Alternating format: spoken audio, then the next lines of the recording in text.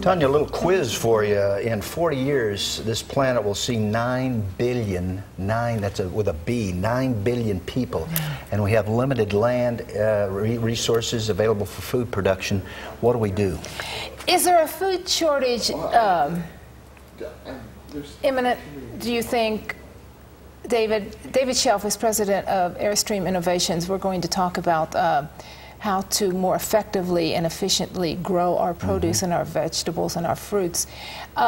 Do you foresee a food shortage? Well, it's like that that's a great question. Stuff. That's a great question. Right. I don't know that it's an overall food shortage. I think the biggest issue right now is that we have a lot of production centers and distribution. And there's two issues with that.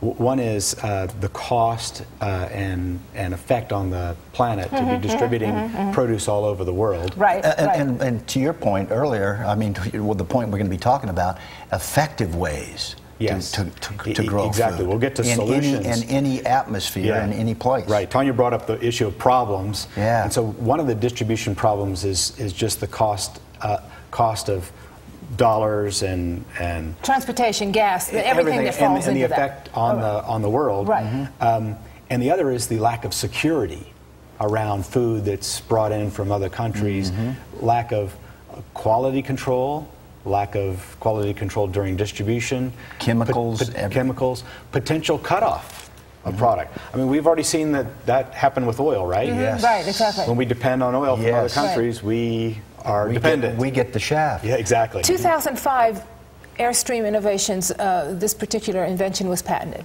Yes, patent pending in 2006. Okay. Invented in 2005. Okay, explaining to us what exactly this is.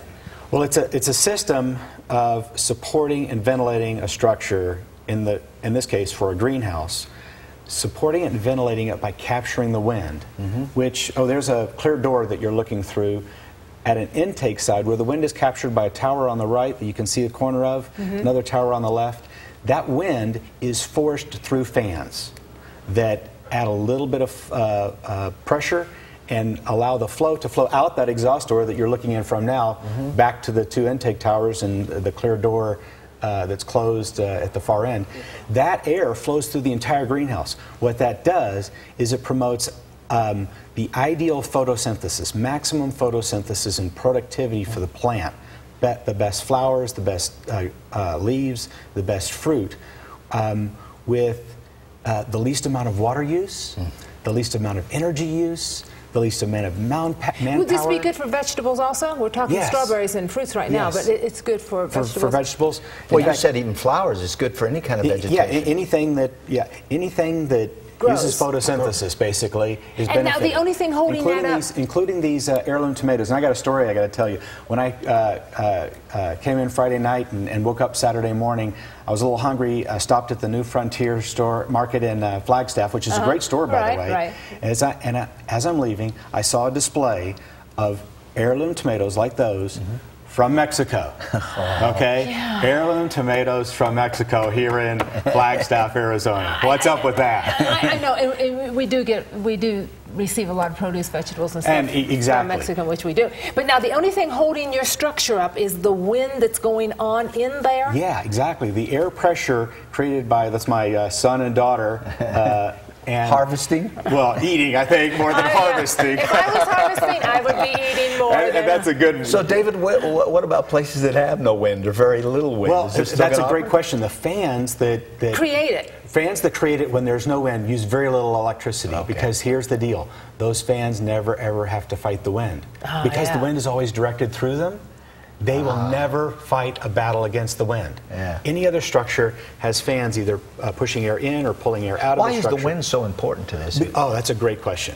The wind at about 25 miles an hour has the pressure of about 50 plastic skins. Okay? The plastic skins being your structure. The cover, right? Which is a high-tech version of a greenhouse material, greenhouse covering. Right.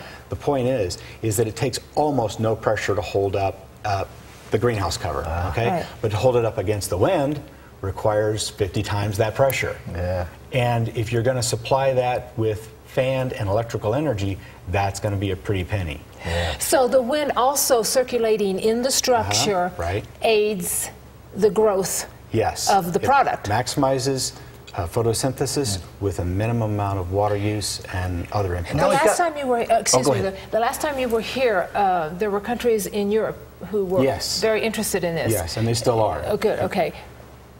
Do we have any update on that, other than they still are? I mean, They still are. I am holding back because I need to develop systems, first of all, here in the United States, starting with the Southwest.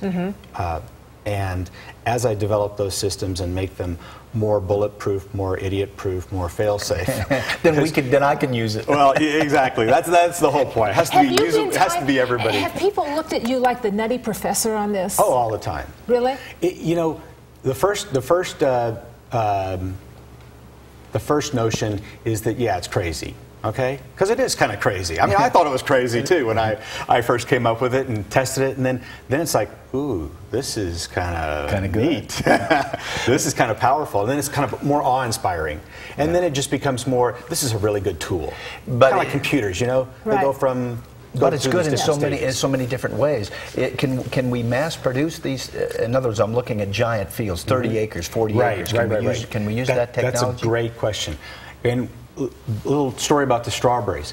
The yields from that, this is a quarter-acre tunnel, but a yield from an acre produces about the same as 5 acres of field product. Really? The reason with about being, a third the water use. The way we are producing it. Right, the way you're producing. Well, ultimately, a lot of plants enjoy some degree of protection with respect to temperature. The airflow turns out to be a really big issue because the airflow controls how much water is evaporated from the leaves.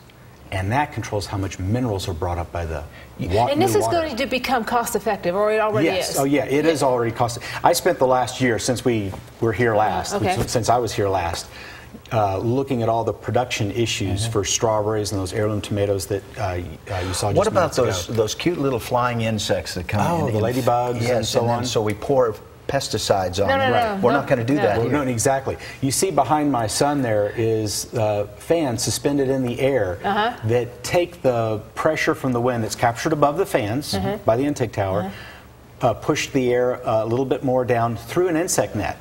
All the air that comes into that greenhouse has to go through that insect net first. So we have the best defense system, the best fence around our greenhouse right there at the bottom of the... And so we keep those aliens out of our greenhouse. You thought of everything. Right up front. David, thank you. Thank you. Good to see you again. Pleasure. So All the much. very best. I think this is a great innovation. AirstreamInnovations.com? Yes, Okay. exactly. Come visit us. Okay, yes. When we come back, more on the Morning Scramble. You stay right there.